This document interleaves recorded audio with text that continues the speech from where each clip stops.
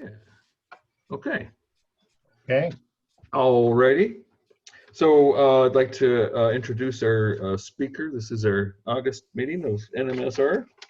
And we're fortunate to have Tom Solomon, who is a coordinator of 350.org, New Mexico. He's a retired electrical engineer, and he's had a 34-year career at Intel, and he did all sorts of solar power work and expansion over there. Big solar array, 100 kilowatt rooftop installation. And once he retired, he became a full-time activist. And I saw him give this, here we go. I saw him give this talk a while ago for the New Mexico Energy Association. I thought, oh man, our people have to see this, because he'll get you stirred up about what we can do about climate change. That was the part I liked the best.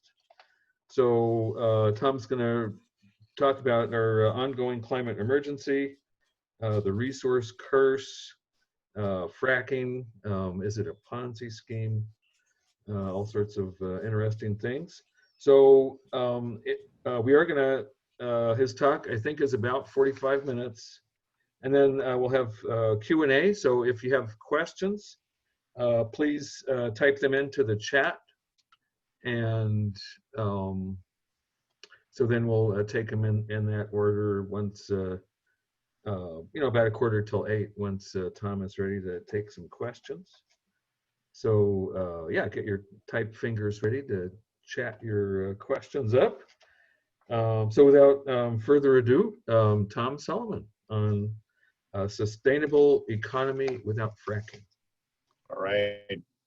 Thank you, Dave. And thank you to New Mexico for Science and Reason for inviting me to give this talk.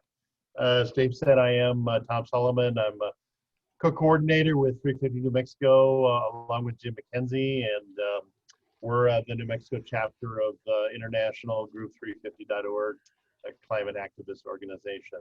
And I'm going to share my screen here and get into my talk.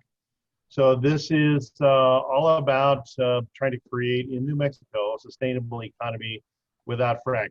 And the talk is divided into these 5 pieces. We'll talk about the climate emergency, the resource curse, the sustainability or lack thereof of fracking, what the future of oil demand is looking like, and then advocating that we need a just transition to a sustainable economy without the oil and gas economy that's been the basis of New Mexico for far too long. So let's get into it. The bottom line of all of this is that we are in a climate emergency. Climate scientists say urgently that we have less than 10 years to cut our global emissions of carbon dioxide and other greenhouse gases in half. You got to do that by 2030 in order to avoid the potentially catastrophic and permanent climate impacts. And right here in New Mexico, we are a major source of greenhouse gas emissions from the fracking that comes from the oil and gas sector, especially in the Permian Basin in southeastern New Mexico. And that fracking is not a sustainable practice because of its greenhouse gas emissions, of course, but also because of its health damage and because it's propped up by bad debts, fundamentally bankrupting companies as the oil prices have fallen.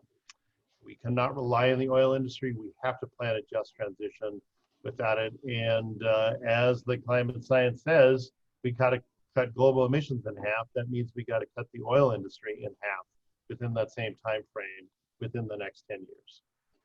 The reason why fundamentally is because global warming is happening now. Decade after decade has been warmer than the previous, especially since World War II. We have already warmed the planet a full 1 degree Celsius or 1.8 degrees Fahrenheit. This is data from NASA. And 2019 was the second hottest year ever recorded globally. This year, 2020, is shaping up to be about as hot, possibly even warmer than 2019. And the reason for that is the enormous buildup of the concentration of carbon dioxide, this heat-trapping greenhouse gas, in our atmosphere. And throughout all of human history, and modern human evolved about 200,000 years ago, We have CO2 records dating over 800,000 years from glacial trapped air bubbles. And by measuring that, we know that we never saw carbon dioxide concentrations in the atmosphere greater than 300 parts per million during all of that time. So all of modern civilization evolved with a relatively stable climate because of a relatively stable carbon dioxide concentration. And right now we are far, far above that. We're about 417 parts per million was the peak in 2020, and it keeps growing at about 2 parts per year.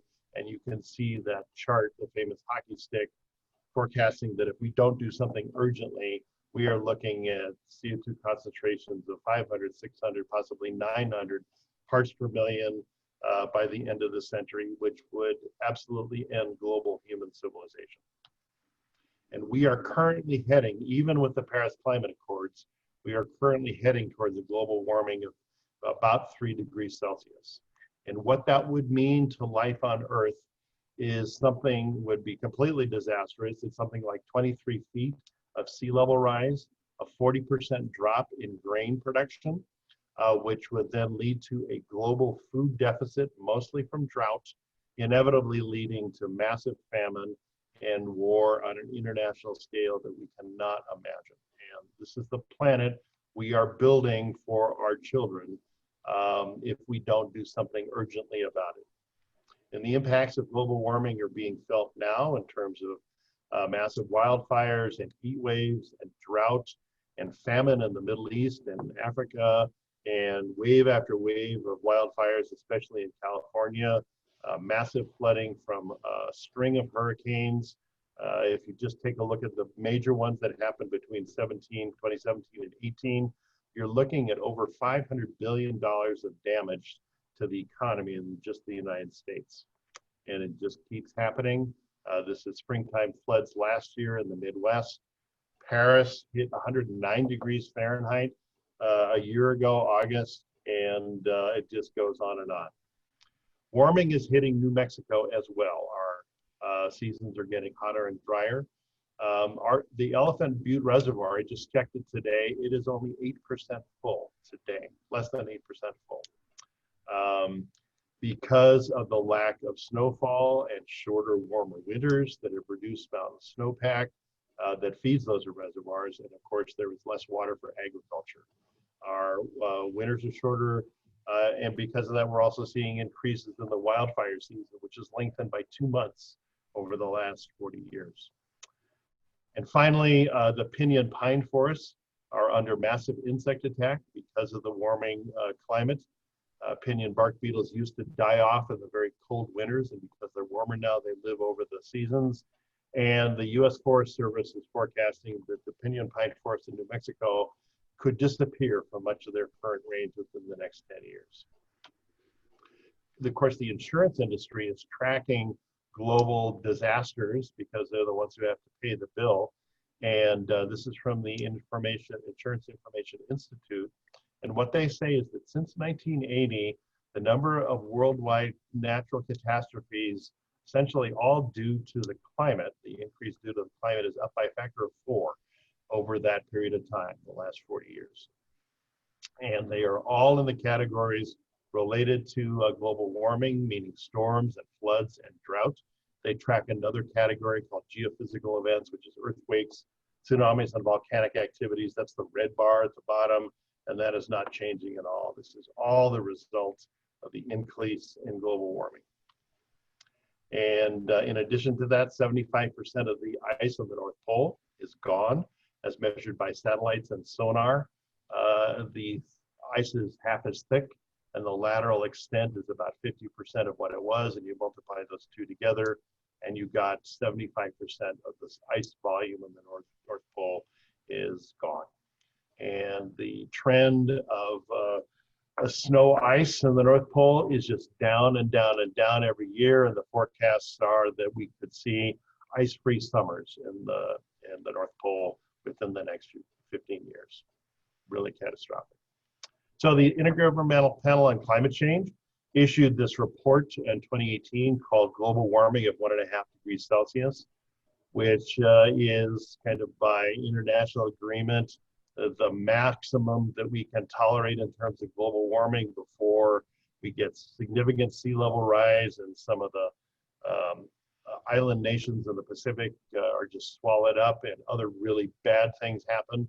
And what they said is that if we're going to limit global warming to 1.5 degrees C, and remember we've already warmed by 1 degree, we have 10 years left to cut our carbon dioxide emissions in half. Have to do that by 2030. CO2 emissions every year, about 42 billion tons globally. So we have to cut it to about 20 billion by 2030 and half again by 2040. And it has to get to zero by 2050 if we're going to have a chance. So where did those greenhouse gas emissions come from? Overwhelmingly from carbon dioxide, but also from methane, which is a very potent greenhouse gas. And transportation is by a nose, it's number one as the contributor to greenhouse gas emissions right now, followed closely by electricity generation, basically burning coal and natural gas to create electricity, and then industry, agriculture, and other sources are the remaining portions that contribute to these greenhouse gases. And all of this has to change. So the actions that we have to take to cut those greenhouse gases, we have to close all of our coal and gas-fired power plants and replace them with 100% renewable electricity like solar and wind. And then we have to electrify all fossil fuel consumption, meaning transportation and heating and industrial uses of fossil fuels, and transform our agricultural systems and our land use practices to regenerative farming and carbon negative practices, and then change to a sustainable food system. And that has to be in a way that is just to the workers, affected workers and communities that will see those major changes.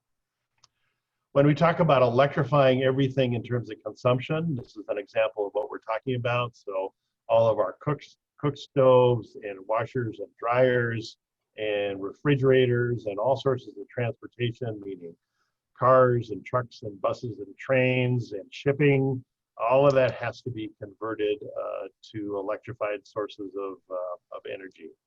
And it'll take a bit longer than that, but we're including short and long haul aircraft in that conversion sometime before 2040.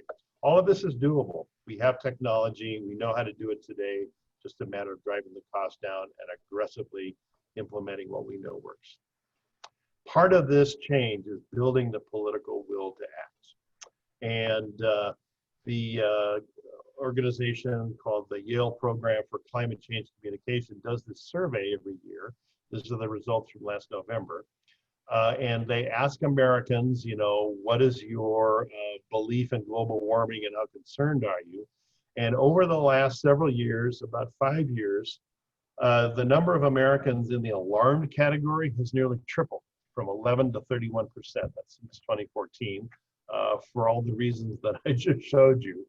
And in addition to that, 26% are concerned, 16% are cautious. You look at the left half of that, which are people that are worried about this, we're talking in excess of 70% of the American people want their government to take some action. And the number one factor that really moves people to the left in terms of this understanding and their level of concern is to make sure that they understand that 97% of climate scientists agree that humans are causing global warming, because there's been a massive and sustained disinformation campaign sowing doubt and that, you know, the science is not settled on this. Well, it has been settled for more than 20 years, and we got to do something about it. So that's what it takes. So next section is called the resource curse. So the resource curse is something that is often applied to other countries besides the United States. And it basically is the proposition that resources can be an economic curse rather than a blessing. It's also called the paradox of plenty.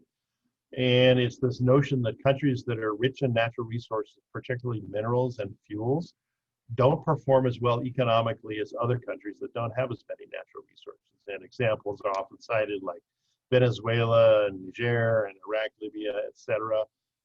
But it is playing out here in our state of New Mexico. And this is what it looks like.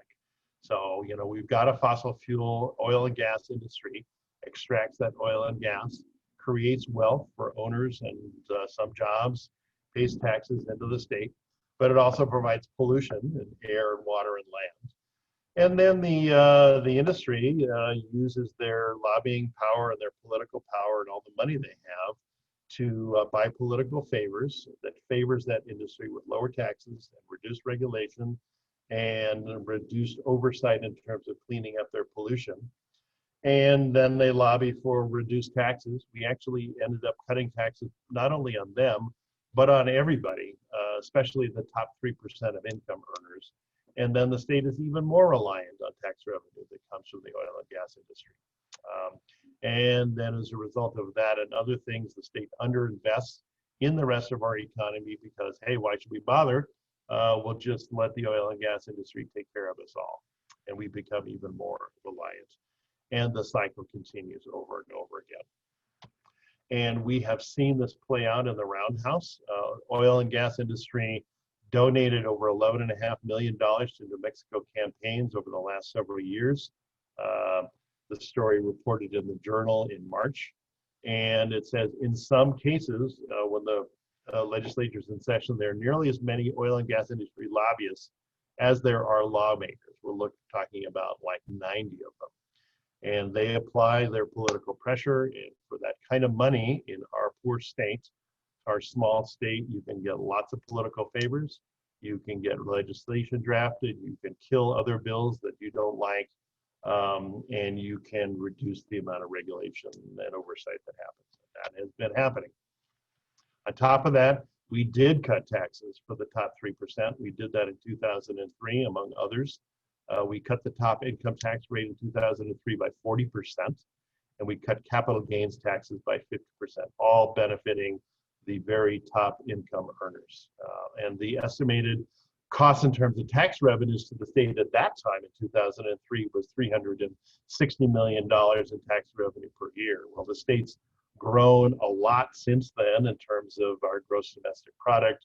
That bill today, that lost tax revenue, is probably on the order of $600 million a year. And they promised, as they always do, that we would see increase in job growth as a result of cutting those taxes. And I'll show you on the next slide that did not happen at all. So now we over-rely on oil and gas as an industry. We've increased their political power. We cut environmental protections. For example, the Oil Conservation Division saw a 5-fold jump in oil and gas permit applications. At the same time, their staff was cut by 40 to 60%. So no oversight there. And we've underinvested in the rest of our economy, leaving us with one of the least diversified states in the nation. So this is a chart of the from the Federal Reserve. It's non-farm payrolls in New Mexico since 1990, so it's the last 30 years, demonstrating that cutting taxes did not add jobs. So we had through the 1990s and early 2000s a nice steady growth in the number of non-farm payroll jobs. And then in 2003, we cut those taxes for the top 3%. And you can stare at it and say, well, did we see an increase in jobs? If you look at the trend line that was occurring at that time, you could say, well, maybe in about 2006 or 7, 4 years later, maybe we saw an increase above the trend line of 18 to 20,000 jobs that might not have been there except for those taxes, except that that was during the housing bubble. And if you look at this chart nationally and in other states, you see the exact same phenomena in other states that didn't cut taxes or don't rely on oil and gas. So, you know, that's just a national phenomenon that happened. And of course, the housing crash occurred in 2008 and 9, and it all went away, and it took about a decade for those jobs to come back. So cutting taxes did not reduce or did not improve job picture in New Mexico. So that's the section on the resource curse. Now we'll talk about the false promise of fracking. And we've talked about how extracting and burning fossil fuels is heating the planet. We're seeing the destruction it causes. We talked about a lot of these things. We didn't even cover species extinction and refugee migration. and wars like what's happening in Syria, all driven by climate change. That's all happening. But fracking fundamentally is a toxic process. It releases dangerous chemicals into the air that damage your health, and it's uneconomical because fracked wells require constant and costly re-drilling because of the rapid production declines. And even at a time a couple of years ago when the price of oil was $60 a barrel, and it's now around 40, even at that time, the shale oil fracking industry was a money-losing proposition. And I'm going to go prove all of this to you. So this article was published in the New England Journal of Medicine this last January, talking about the health damage from fracking contamination, which contaminates ground and surface water. It causes air pollution. Gas compressor stations emit toxic and carcinogenic chemicals like benzene and formaldehyde. And of course, this fracking infrastructure is predominantly placed in or near low-income minority and marginalized communities where they bear the brunt of all of these dangerous impacts, contributing to environmental injustice. And those health impacts include an increased risk of asthma and COPD. That's the New England Journal of Medicine. So what is fracking? Just a little tutorial real quickly.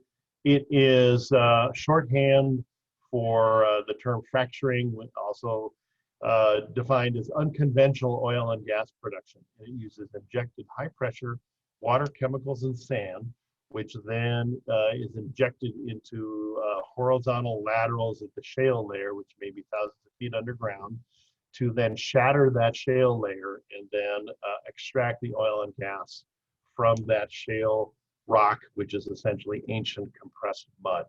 And you get some oil and gas production from the cracks in and around those laterals, but you're not tapping into an underground pool of oil. That's what conventional oil drilling is. This is unconventional oil drilling. And when you've extracted what comes out of those fracks, then the production goes down dramatically. And this is just a continuation of the explanation. You start with a single well at the surface, you drill down vertically until you find the shale layer, might be 5,000 feet underground. You turn the drill head laterally and you drill this network of lateral drilling sections. They may be 5,000 feet long and at a spacing of 500 feet apart, maybe 8 of them per square mile at a cost of about $3 to $6 million per well. Then you inject the high pressure fracking chemicals and shatter the rock, and you're able to do some extraction. Of course, that uses a tremendous amount of water. We're talking about 2.6 million gallons of water per well. And the EPA says that in the Permian Basin, we're looking at the use of water about 22 million gallons a day of fresh, precious water in our drought-ridden state that then is used to extract these fossil fuels from deep underground. And then this water that used to be fresh comes up as produced water, which is another name for toxic waste. And then you have to do something with it. It is completely poisonous to human life.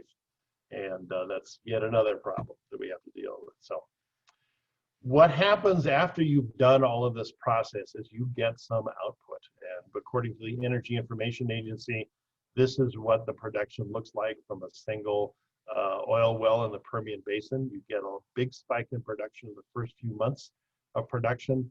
Over the course of the next year, 12 months, the production drops off by 70%. And so in order to maintain any kind of constant output level, you're faced with the need to drill more of these laterals, inject more of this water underground at a cost of $3 to $6 million per well. And you got to just continue to spend this money just to maintain some kind of continuity in output. That means it's a very expensive process. And as a result of that, it is basically a money-losing operation that depends on loans. This is an analysis that was done by Rystad Energy, which is a Norwegian oil analysis firm. And they took a look at 40 different US shale companies during the course of 2014 through 2019, that 5-year period or so, during which a lot of that time price of oil was $65 a barrel. And they looked at the balance sheets of all these companies and said, well, what does it cost to drill a well in that quarter, and how much cash did you get?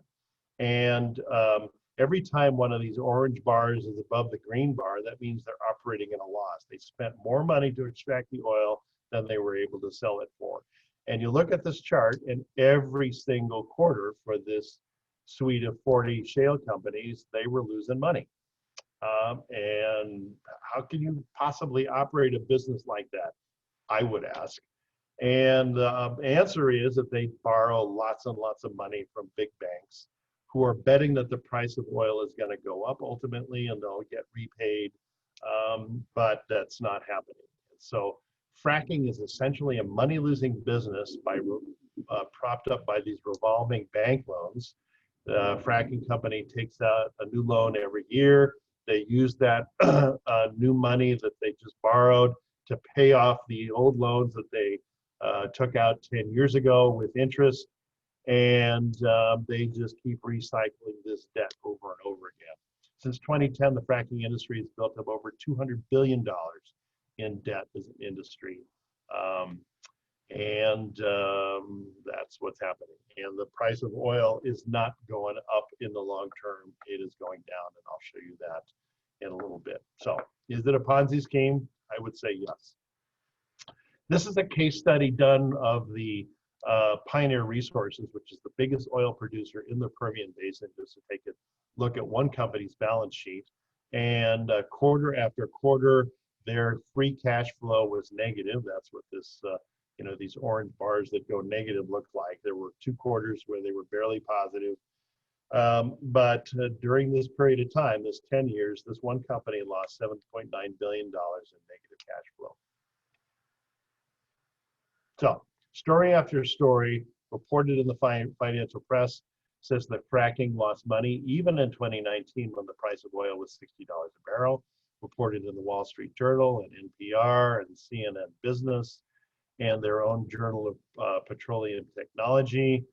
And most recently, in June of this year, in one of their major websites, oilprice.com, this analyst looked at the last 15 years and said over that period of time, since 2005, they actually lost $300 billion as an industry in negative cash flow.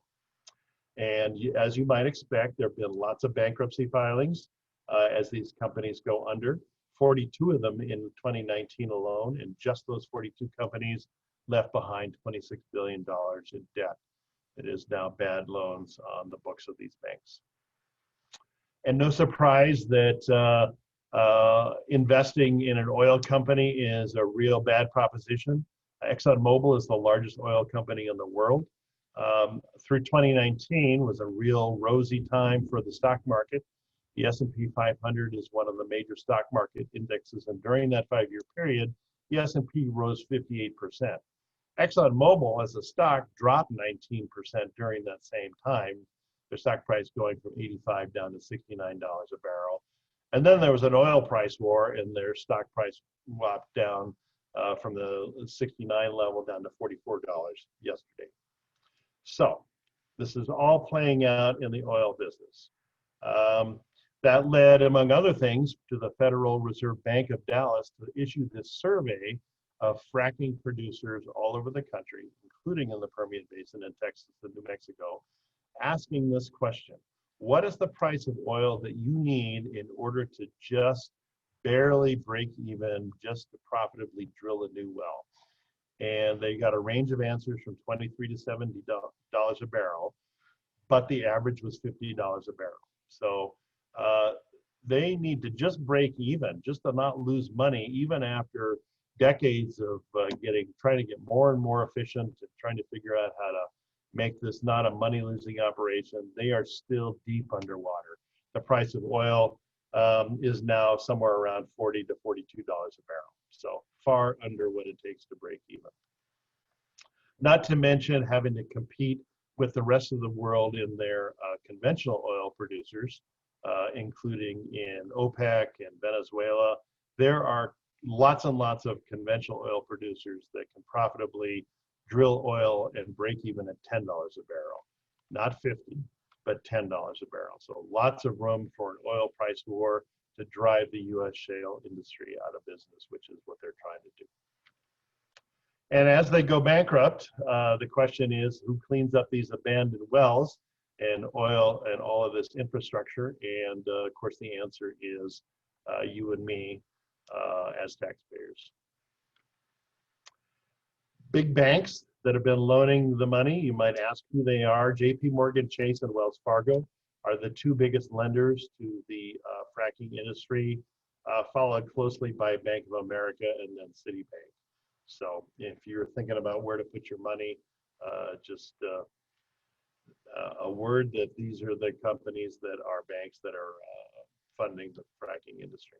So that is the financials of the fracking industry. Let's look into what the future of oil demand is going to look like, because what's happening is that electric vehicles that don't use gasoline are starting to take significant market share.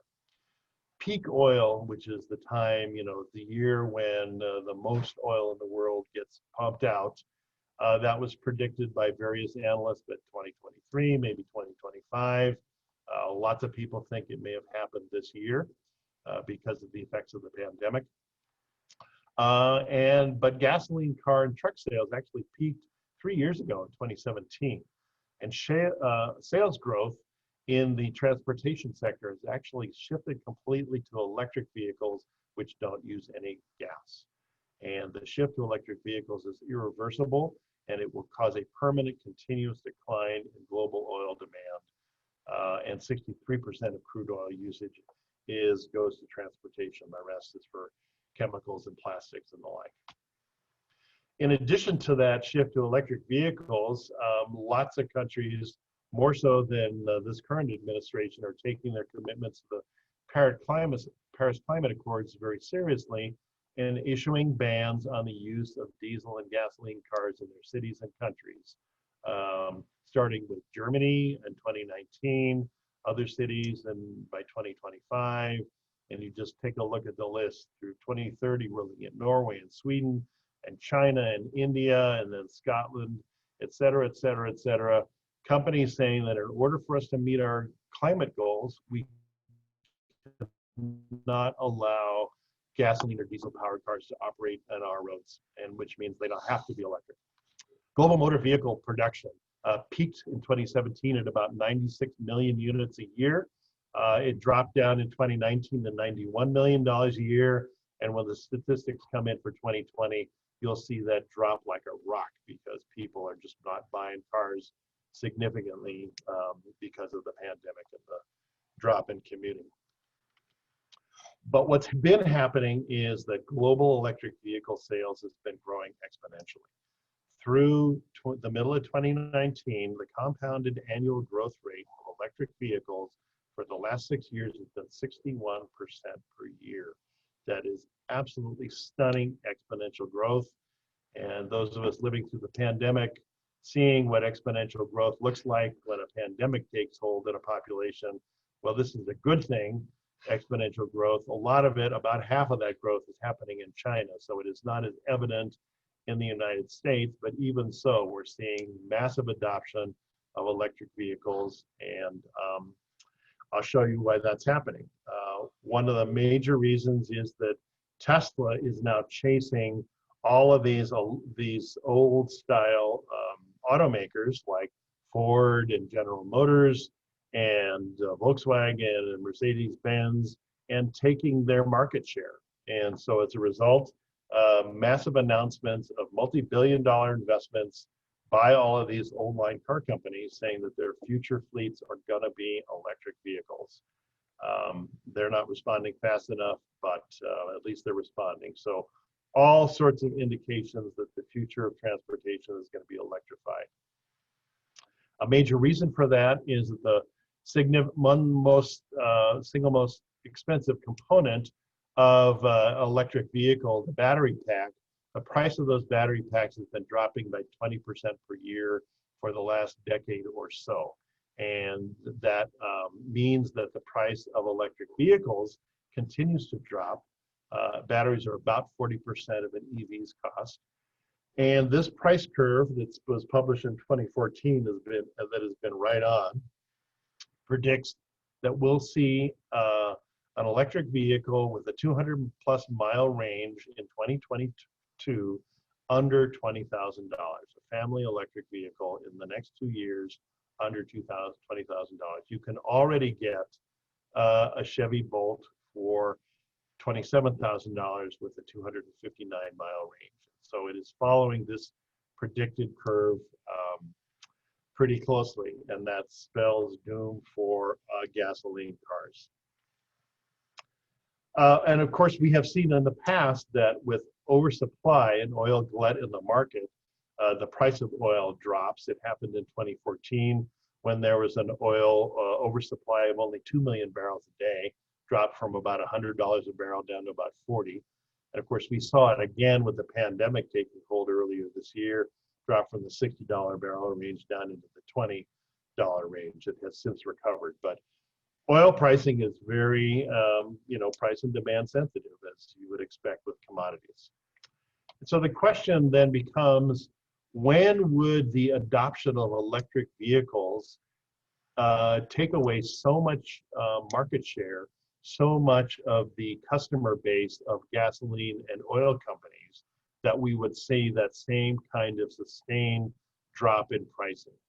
And the answer from Bloomberg that did this analysis a couple of years ago was about 2023 to 2025, if the adoption rate of electric vehicles continued at the rate that they were seeing. Now, because of the pandemic, we're probably going to see a 1 year or so pause in that. But what has also been happening is that vehicle sales this year have shifted to electric vehicles even faster than they were prior. So global oil production was about 100 million barrels a day. It dropped down to about 80 million barrels a day in Q2. It's bounced back a bit, but still we're going to see a significant drop in worldwide oil production, a lot of it coming from shale producers in the United States. And oil prices, of course, plunged in March. There was this price war initiated by Russia and Saudi Arabia, I think partially due to just the lack of demand and wanting to drop their prices so they capture the market share. I think they were also very interested in putting U.S. shale producers out of business that have been taking their production market share away from them. So that's happened. As a result of all of this, we've seen major production cuts right here in the Permian Basin. The Permian Basin extends between Texas and New Mexico, and we're seeing lots and lots of announcements from U.S. shale producers, especially in the Permian Basin. Chevron slashing its output by 20%, and the number of oil rigs that are operating. Remember, we said a shale producer needs to constantly be re-drilling these wells to replace the production declines from fracked wells. Well, a measure of the health of the oil industry from the shale producers is the number of active oil rigs that they've got operating to keep drilling these new laterals. And a company called Baker Hughes tracks the number of oil rigs operating. And in the last year, the number of operating oil rigs in the US is down by 77%. 77%. There used to be 776 active rigs. As of last week, it was 176 rigs operating in the US, which means that oil production from shale producers will go down significantly. And we have seen the same thing happening to a little bit lesser degree in New Mexico. This is from that same data, but just the New Mexico producers in Lee and Eddy County. Oil rig count in New Mexico is down by 60%. We've already seen just through May a drop in oil field employment of 6,400 jobs. So New Mexico cannot rely on the oil industry. Even if the economy fully recovers in maybe 2021, the future of oil demand is one of continuous decline because of the adoption of electric vehicles, which don't use any gas, plus countries around the world banning the use of gas and diesel cars. So we will see a continuous decline in oil and demand, which will drive prices down as remaining oil producers fight to sell their remaining reserves before demand disappears completely, before it's too late. Which means that New Mexico needs a just transition to a sustainable economy that does not rely on this declining oil industry. And when we say a just transition, just for whom, it means that the burden of change that benefits everyone is not placed disproportionately on just a few, and that the most vulnerable communities and workers will be protected. That's a definition from laborforsustainability.org. So we need a sustainable economy. Our economy is terribly undiversified. We're one of the worst in the nation. We've already seen the oil and gas sector is unsustainable. But in New Mexico, we've got a couple of real benefits in our favor. We have very large permanent funds, about $25+ billion in funds that we could do a better job of investing in our state, the land grant and severance tax permanent funds. And on top of that, we've got, abundant land, world-class renewable energy resources, solar and wind and geothermal, and some really good technical talent in our universities and our national labs. And in terms of looking at replacing the hole in our budget left by the oil industry in terms of tax revenue, we can and should return the top income tax rates back to where they were in 2002. And I'll show you what that looks like. So New Mexico youth demanded this just transition as part of the global climate strike last September. This is them handing that petition to the governor's office at that time. And their intent and our direction is to see if we can enact legislation in 2021 to require this just transition to occur. Part of that is going to be making sure that our economy is better diversified than it is today. There are measures of diversification, and this article was published last year, I think, saying that by those measures, New Mexico is like number 44, but our nearby state of Colorado is only 11. So it's nothing, unique about this part of the country. It just means that you got to do a better job of planning and implementing a more diversified economy. And comparing our state to Colorado, what we lack is the significant manufacturing, trade, and professional services sector. We are far too reliant on government enterprises and the oil and gas industry, which does not burden Colorado. So if we were to completely replace the oil and gas industry, the important question to ask is, what kind of hole would that leave in our New Mexico economy? Well, it's about 2.2% of all jobs, those 18,000 jobs in the oil and gas and support sector. That's according to the New Mexico Department of Workforce Solutions. And it is typically about $1 to $2 billion a year that the oil and gas industry pays into the state general fund in taxes. So that's what we'd have to replace. And we got to get to work on it. We have to replace 50% of those oil sector jobs and revenues with sustainable economic growth by 2030.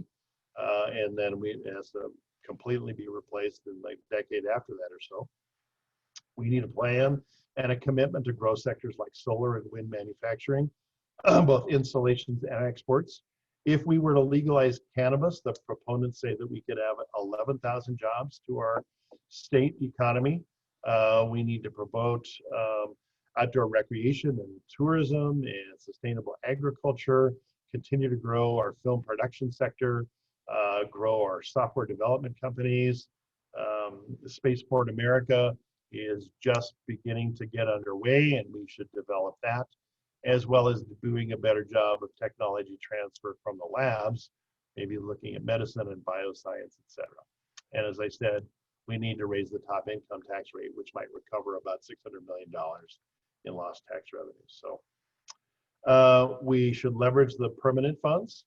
We've got about $25 billion among the list of permanent funds that are there, land grant being absolutely the largest, followed by the severance tax permanent funds. Most of those funds are invested in U.S. equities, bond and stock funds that are operated out of Wall Street and are invested globally not within our state. We should have a policy to do a much better job of investing our monies within our state border to develop our economy.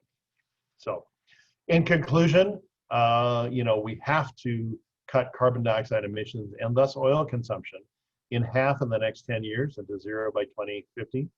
Oil prices have collapsed, and they will rebound a bit for maybe a year or a few, but the long-term trend, and by long-term I'm talking about the next 3 to 5 to 10 years, the trend for oil prices is down as electric vehicle growth takes off. And we cannot compete with Middle East oil in a shrinking market. The last oil producers will be in the Middle East, where they can break even at $10 to $50 a barrel versus the $50 a barrel that we require. And we can either plan for this future or be blindsided. So we need to plan for a just transition to a sustainable economy that works for us all. And I will leave you with this photograph of the Los Angeles basin a few weeks after the stay-at-home order. The normally smoggy, dirty, unhealthy air in Los Angeles cleaned up dramatically and quickly. And this is the kind of healthy, clean, happy future that we can have if we grab it. So that is my talk. And I'll stop sharing my screen and open it up for questions if people have some. So Dave, over to you. Are there any questions in the chat?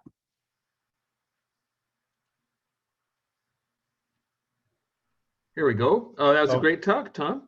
All right, thank you. A lot of good ideas in there.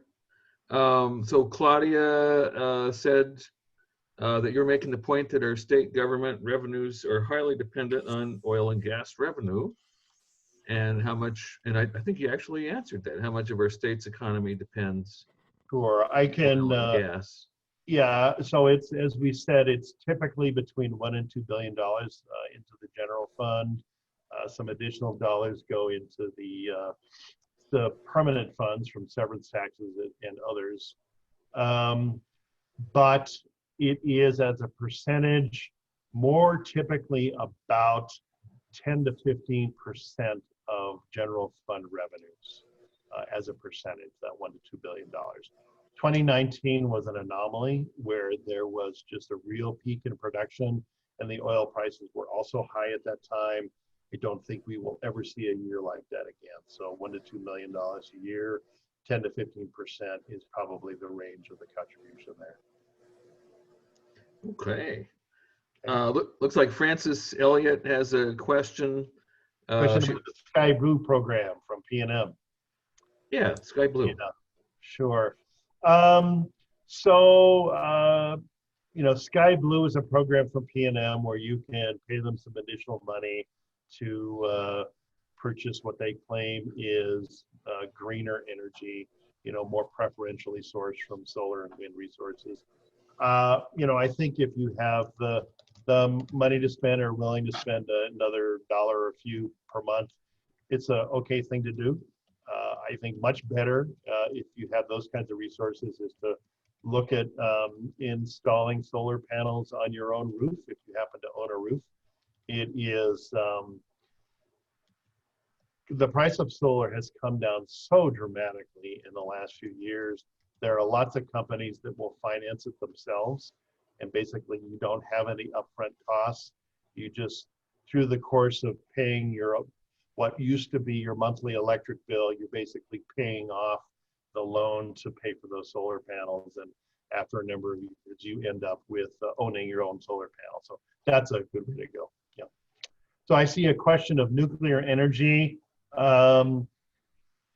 here in New Mexico and globally. I am not a fan of nuclear energy for a list of reasons as long as you're armed, both in terms of what it does to the workers that have to mine the uranium. There's a real toxic legacy, especially in our state, with indigenous groups bearing the brunt of that oil or uranium mining and the cancer that comes as a result of that. But most fundamentally, nuclear energy as it's been developed is just a completely uneconomical source of energy. investing in renewable or in nuclear energy and being a nuclear energy company is a really good way to go bankrupt. And there haven't been significant number of new nuclear plants built in this country. I think the last one that came online was 2016. They've been trying to build some in Georgia, and it's just they're years and years late, and billions of dollars over budget. Plus, we have nowhere to store the nuclear waste, and I think that pursuing solar and wind energy as the solution to our climate crisis is the much better way to go. Next question from Randy. I'll just go ahead and read these, Dave. Since there's so few. If transportation is just 20% of oil usage, how can they have a strong effect? So let me correct that. Transportation is 28% of all global warming gas emissions internationally, not of oil usage. Transportation is the vast majority. Transportation is actually 63% of oil usage, just to correct the percentages there. So that's how electric vehicles can have such a strong effect. And the remaining uses for oil and carbon production, including natural gases, is goes into fertilizers, and it goes into heating. A lot of natural gas is used in your furnace to heat your home and to heat your hot water at home, and it goes into plastics, etc. That's the other portion of aside from the 63%, which I guess would be 37%.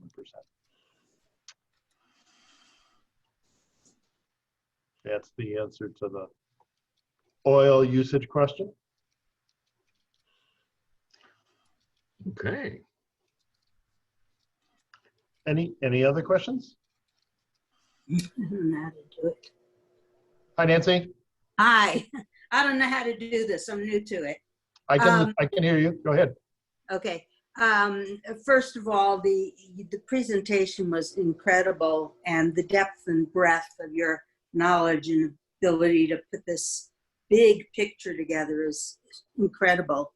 And is there a way to keep it to be able? Is it recorded anywhere? Will be good. Yes. That presentation, both me delivering it in a video as well as the Google slide documents, is on our website, 350newmexico.org. Okay. And tell you what, I'll just show you how to find it. Let me pull it up, and then I will just show you where it is on our website. And things were going by so fast. Was there yeah, anything about recycled plastic, like plasticrete? And let me answer the first question first. So I'm just going to share my screen quickly and show you where to find the presentation. So this is the website, 350newmexico.org. And if you go to our website under About and Presentations, okay, you'll see fabulous economy without fracking. This is the presentation slides that takes you to the Google Doc.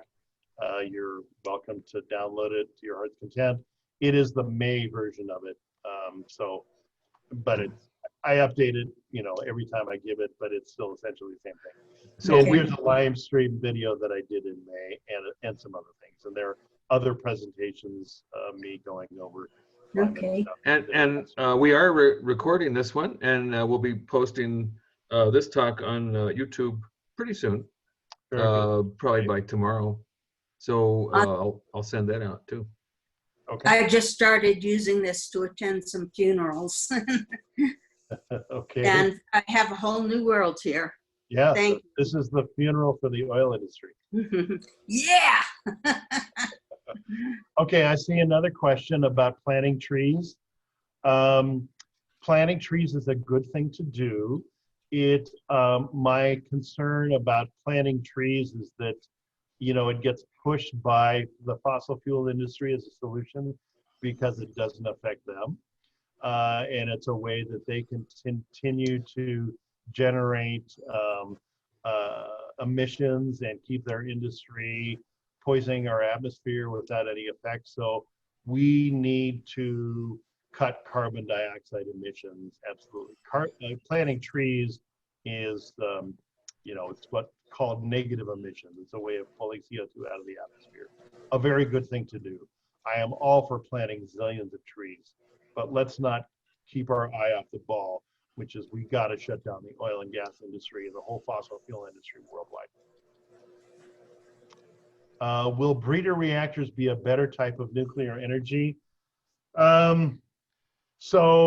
Breeder reactors are a way of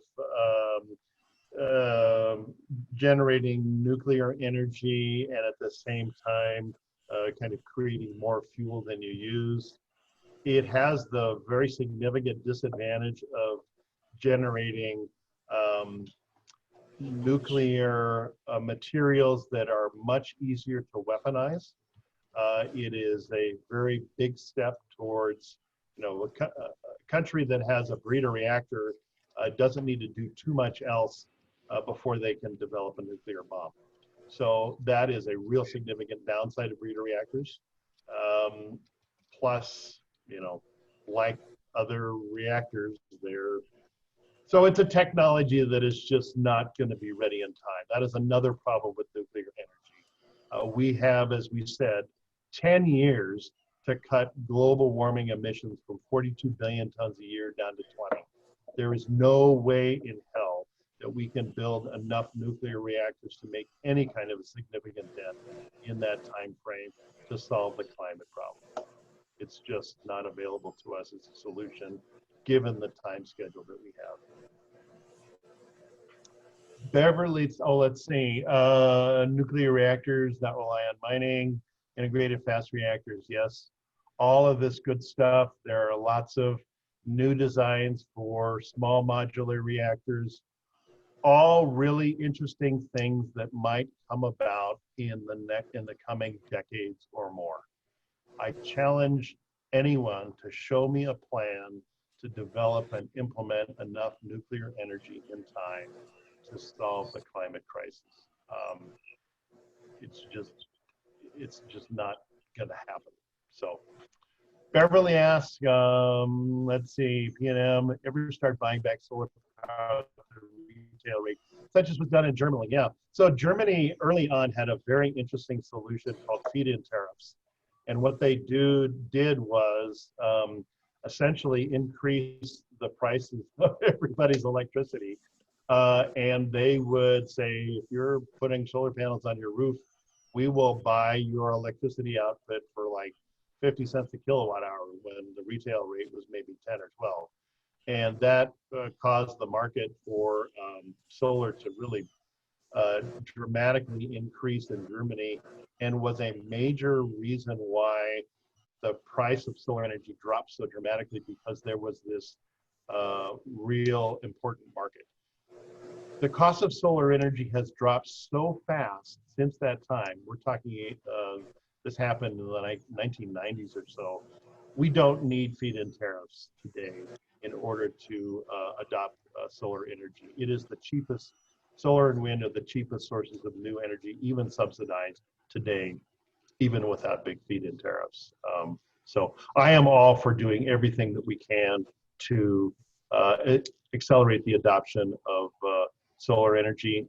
This last session, the state of New Mexico passed a solar tax credit, which is a good thing, that provides some extra incentive for homeowners to go solar, so that's good.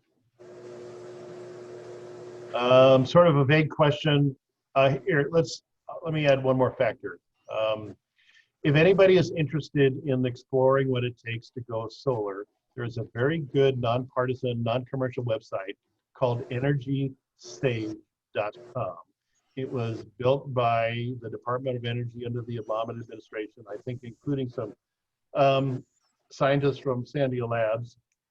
And it is just a wealth of information. You can type in your address and figure out, what your electric bill has been, and it'll calculate how many solar panels you need to install. and what it would cost. EnergySafe.com, a really good website. So next one, sort of a vague question. Economic forces will eventually get us to solar and renewables.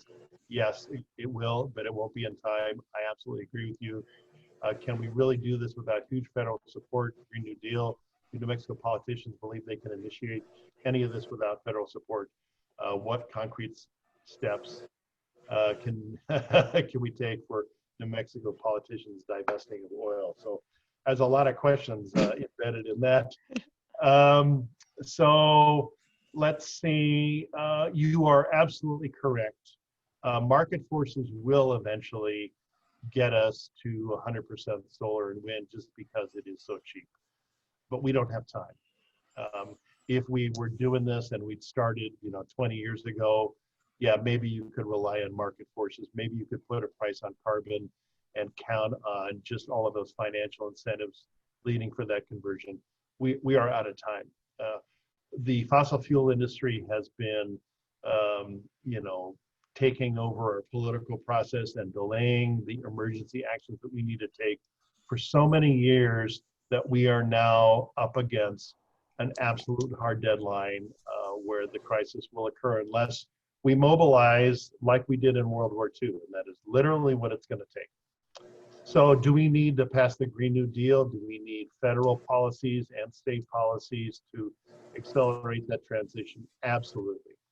If you took away, nothing else from my talk, that would be, that would be an important takeaway.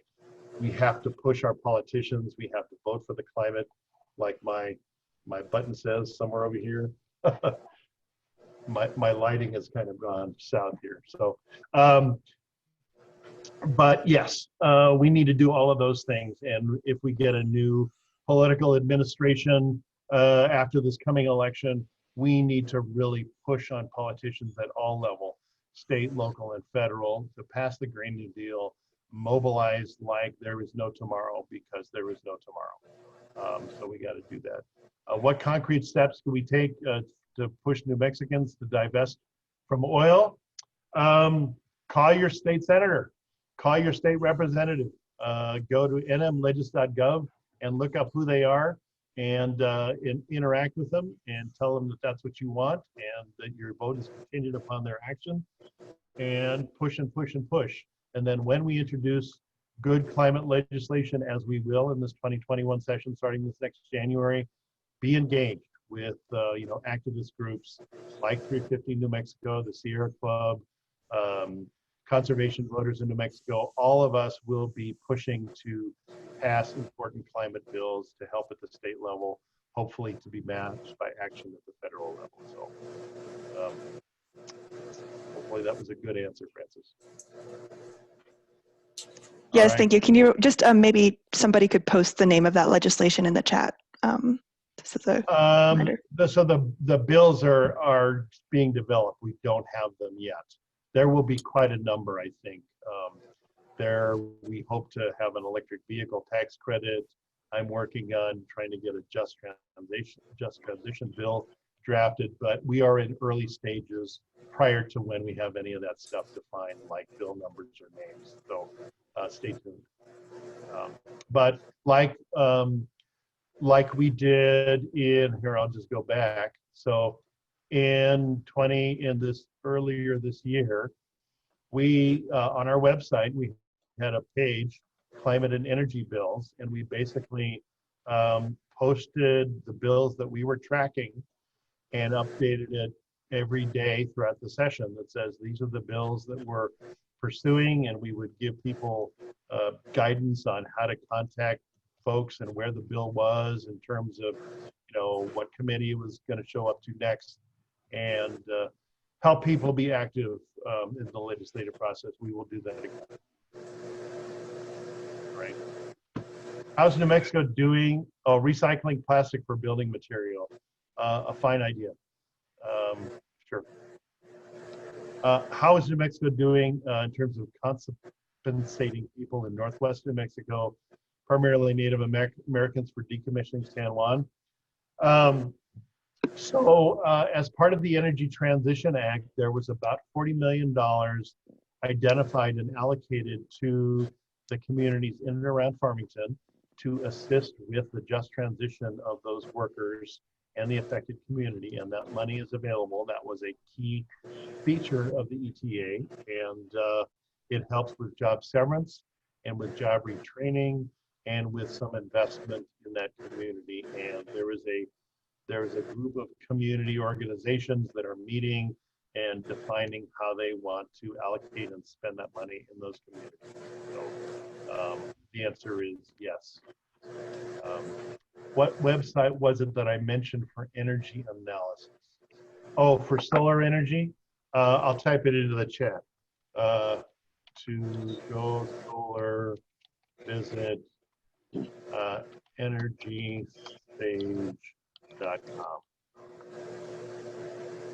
There are many, but I really like that one. It is a very good, unbiased website. Can I ask a question?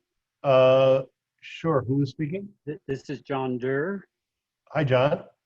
Hi, I'm speaking from a summer home that is off-grid, and I find that the economics of solar panels and batteries work fine for the typical electrical functions, but we could not do it without propane for stove, hot water heater, and propane refrigeration. So there's an economic balance here between gas and solar. Right.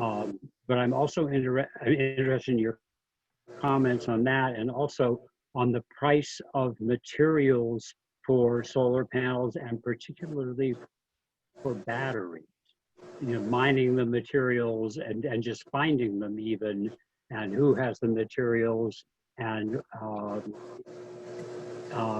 what will be the impacts if we scale up battery manufacture to the point where we're straining some of these resources. Okay, sure. Let me try to attempt that. Dave, let me first ask you, we're significantly over the 1 hour. I am more than happy to stay here online and answer questions for as long as you like. So up to you. Let's go for a few more minutes till everybody has exhausted their questions, and then probably when we get to 8:30, we'll tie it off by that time. But yeah, we could go for several minutes more. That would be fine. It sounds like there's still a good group of people that are interested. So your question started with being off grid with solar and batteries and still needing some propane to manage the situation. So I think that's probably the case for today at this instant. There are very good solutions that are electrified solutions available to replace those applications, which means refrigeration and home heating and cooling, which is and cooking. So you can certainly cook with an induction cook stove, which are very efficient uses of electricity. So those are available, maybe a little pricey, but prices are coming down. And in addition, heat pumps are a very efficient and increasingly cost-effective way of using electricity to solve the heating and cooling problem for a home and for heating hot water. So what's a heat pump? It's basically what's in your refrigerator. So how is it possible that your refrigerator is colder than the room that it's in?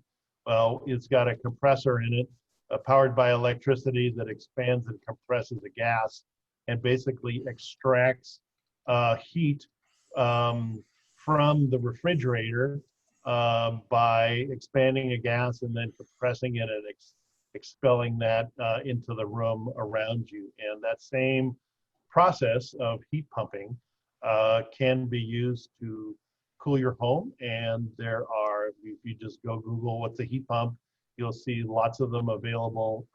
And there are many new homes being built with them. And there are many communities, for example, in San Jose, California, and parts of the Northwest, that are now mandating that new home construction will not have any natural gas hookups at all, and they will all be electrified, and they will use things like heat pumps and electricity for all of those uses. So the solutions are there. You know, it's a matter of pricing and cost. If you're off grid, and it, you know, depends on you know, what you can afford, but the prices are coming down. And the fact of the matter is, if we don't invest in solving this problem, we will not have a planet. And there is no economy of a dead planet. And it doesn't matter how much it costs to put in a heat pump if you're not able to buy the food that it takes to live, and if all of the forests that are around where you're surviving have burned up along with your home. So those are kind of the larger contextual factors related to pricing. Let's see.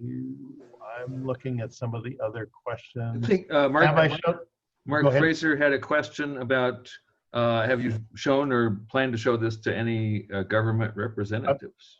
I have, and I plan to. If you go on our website, you'll see one of the presentations I gave earlier, I think it was in May, was to a Zoom conference with Land Commissioner Stephanie Garcia Richards, Senator Mimi Stewart, and Treasurer Tim Eichenberg. I'm working with Senator Stewart to see if I can get this presentation in front of any of the interim committees of the legislature. It's more difficult this year just because of the pandemic, but I'm gonna give it a try. So I did this in 2017 with a previous presentation about converting to solar and electricity, renewable electricity, instead of operating the San Juan plant. So yes, I will. And there's another question from Stephen Schmidt, kind of also about planting trees. Is it greenwashing? You know, it is a good idea. I think if you can plant more trees, it's a good thing. It is nature's way of sequestering carbon. If you want to pull out, effectively pull carbon out of the atmosphere, that is, you know, that's nature's solution. That's photosynthesis. That's what that's all about. But it is not a replacement for converting the oil and gas industry to electricity and shutting down coal-fired and gas-fired power plants and stopping the use of gasoline and diesel for our transportation. Those things have to happen urgently. And then we should plant trees also. There is a great website and organization called drawdown.org for climate solutions. I'll type it into the chat.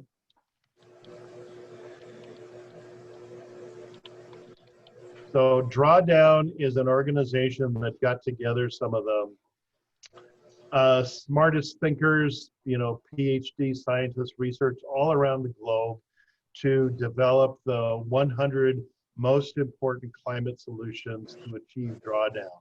Drawdown means you're actually pulling carbon out of the atmosphere, putting it back underground or in trees or wood or wherever it is, as a way to truly reducing the concentration of carbon dioxide in the atmosphere instead of increasing it as we have been. And if you want to look for climate solutions, we have a lot of stuff on our website, 350newmexico.org, but drawdown.org is a wonderful source of information for people who want to look. What was the study saying that our pinyon pines in New Mexico might be gone in 10 years? That was from some researchers. Let me see if I can find it. I should have a link to it. There have been a number of studies. The Forest Service,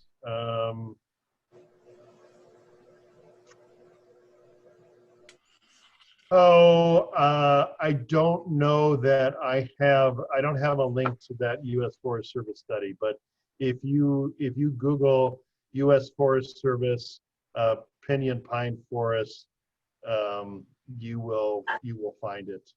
I will copy the link to a good fact sheet from Union of Concerned Scientists about the impact of climate change on New Mexico. I can find it here. So, Tom, Yeah. would the impact be on the beetles killing the pines, or would it be more forest fires burning down the pines? It's Yes. both, but I think forest fires have been happening forever. They're getting worse because of the increased level of heat and drought in the state. But this impact, and I think those studies were really looking at the tremendously game-changing damage that pine bark beetles are doing to the forest. That is something that has never happened before, at least in human memory. The winters have always been cold enough to kill off the bark beetles over the winter, and then the bark beetle population had to start from scratch in the spring, and that is no longer the case. So it's more like they're going to be doomed in 10 years, and then they're going to take the next 20 years to burn down completely. Well, yeah, probably faster than that. I mean, once the bark beetle kills them, they are very, very easy to burn, and they just become tinder. It's not a good situation. It's tragic. Yeah. Tom, can I ask the rest of my question? John Durr here. John Durr, go ahead. Yes.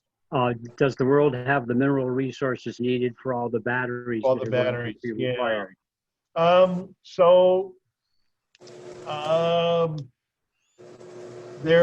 think that is an active topic of conversation. If we were to completely and instantly go to electric vehicles in the next few years, I don't think we have the mining capacity developed worldwide to supply. It's maybe not necessarily lithium, but nickel is a constrained resource. But as has happened in the past, the solution to a shortfall in mining capacity is a shortage of the metals, which then drives the prices up. And then all of the mining companies go, hey, I can make money by developing a new mine, and then they go do that, and then you end up with new mining capacity. So I am reasonably confident that we will solve this problem. I'm also reasonably confident that within the next 10 to 20 years, we will not be using lithium-ion batteries for electric vehicles. We will find something better. There are lots of new, very interesting advanced materials that use much more common sources like graphene, which is just carbon, for ways of storing energy, and we'll figure it out. We have to figure it out.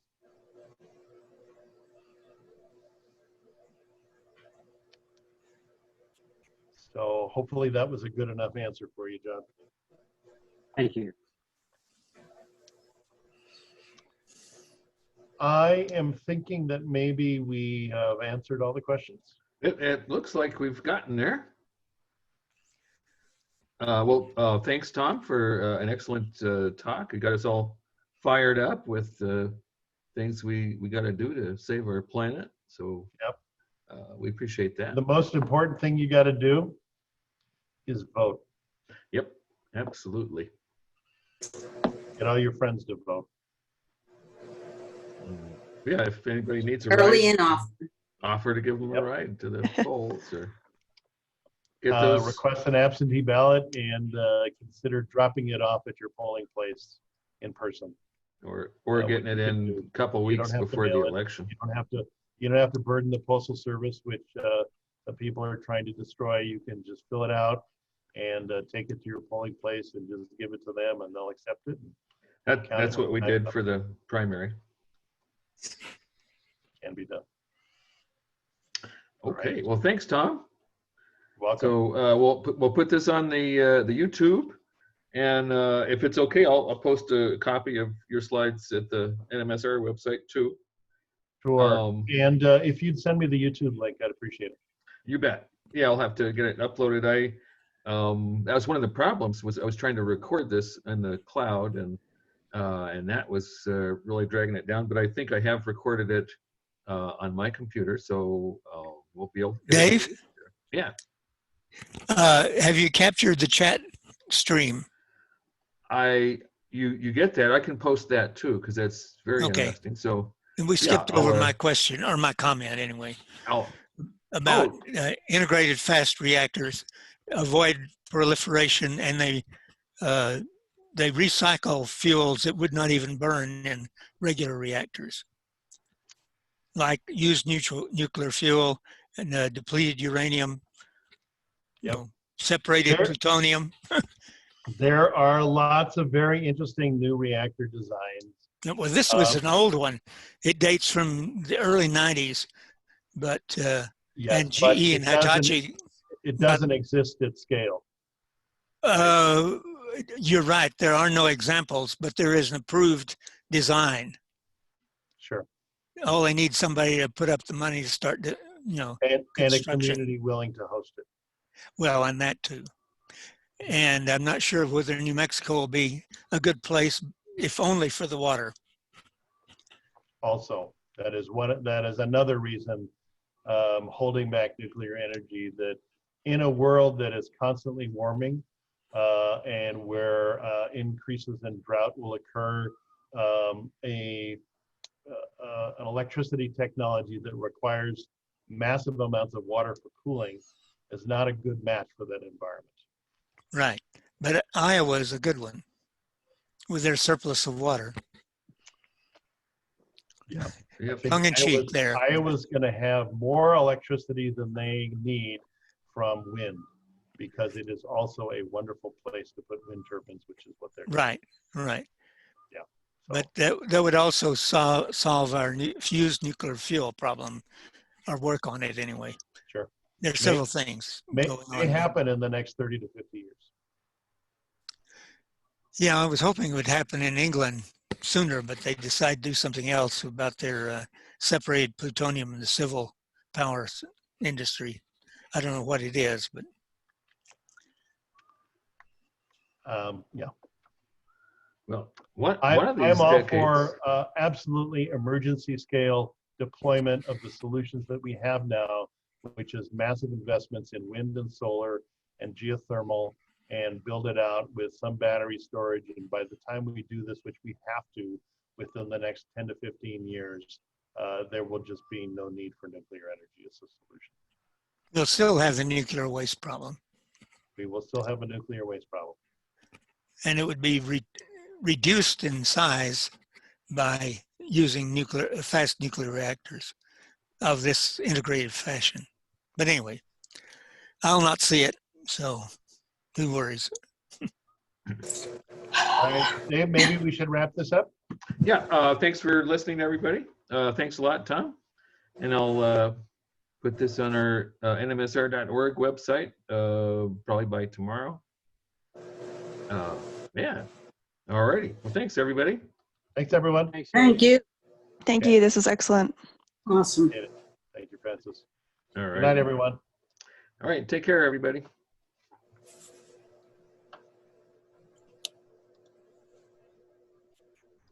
We'll see you next time. Yeah. See you, Jerry. I'm gone. All right. See you, Dave. Thanks. All righty, Mark. Okay. Pulling the plug. Take care, everybody.